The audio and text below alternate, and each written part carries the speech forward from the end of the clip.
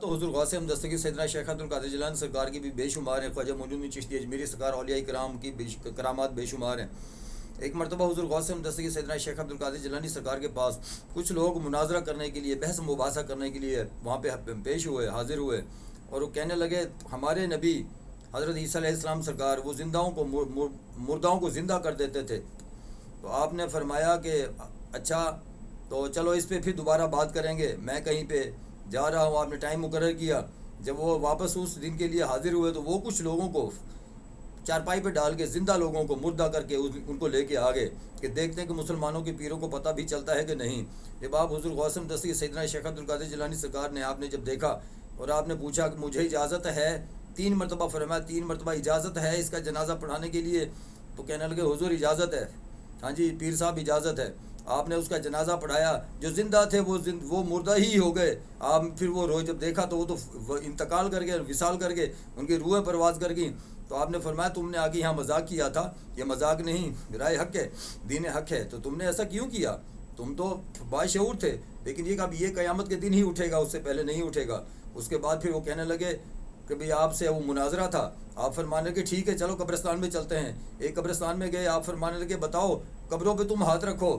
وہ قبروں پہ ہاتھ رکھتا گیا اور آپ حضور غوث دستگیر سیدنا شیخ عبد القادر جیلانی سرکار انگلی سے اشارہ کرتے گئے، مردے کھڑے ہوتے گئے۔ آپ نے جب ایسے دیکھا تو پورا کیا مناظرہ، کیا جو مواجرہ دیکھا، وہ لوگ پریشان ہو گئے کہ پورے قبرستان کے ہم نے تمام قبروں پہ ہاتھ رکھا، سارے مردے کھڑے ہو گئے، وہ خوف زدہ ہو گئے۔ اس کے بعد دوسرے قبرستان میں گئے، وہاں بھی ایسے ہی آپ نے اشارہ فرمایا، سب مردے زندہ ہو گئے، کھڑے ہو گئے، وہ بڑے پریشان ہوئے۔ تو ناظرین یہ تمام کرامات اولیاء اللہ کو اللہ پاک نے اپنے محبوب نبی کریم صلی اللہ علیہ وسلم سرکار پاک حضرت محمد مصطفیٰ مولا علی مشکل کشا بی بی فاطمہ الزہرا مولا امام حسن المجتبیٰ مولا امام حسین شہید کربلا پنجر پاک کے صدقے وسیلے سے آل نبی اولاد علی، انہی کا فیض ہے، انہی کا گھرانہ، جنہوں نے قربانیاں دی ہیں ان کے لیے سب کچھ عطا ہے، علم لدنی بھی سب کچھ عطا ہے۔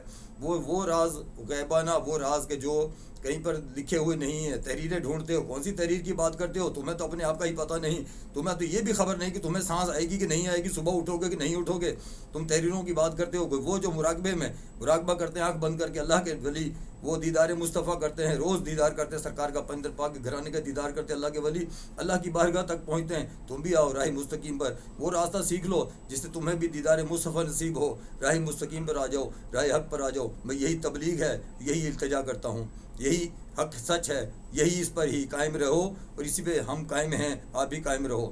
وما علینا الا البلاغ المبین۔ اگر کسی نے کوئی رابطہ کرنا ہو 0310 46 34 033۔ السلام علیکم۔